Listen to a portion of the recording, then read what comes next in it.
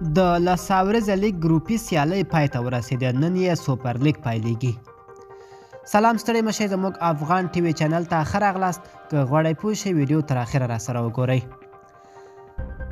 د لساورزه لیګ ګروپي سیالۍ پای ته ورسېدې. نن یې سوپر لیګ پیلېږي.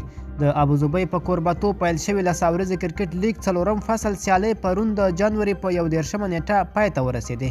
ګروپي سیالیو کې چې 8 لوبډلې په آی او بي ګروپونو ویشل شوې وې، د هرې لوبډلې 3 او ټول 12 سیالیو وروسته پای ته ورسېدې.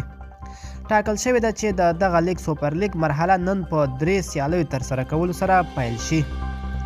ګروپي سیالۍ په آی ګروپ کې نرنترن وایرز 2 لوبډلو په ګټلو سره لومړی، ډیلی بولز 2 لوبو په ګټلو سره دوهم، بنګله ټایګرز او مراټا عربینز د یوې لوبې په ګټلو سره دریم او څلورم مقام خپل کړی دی.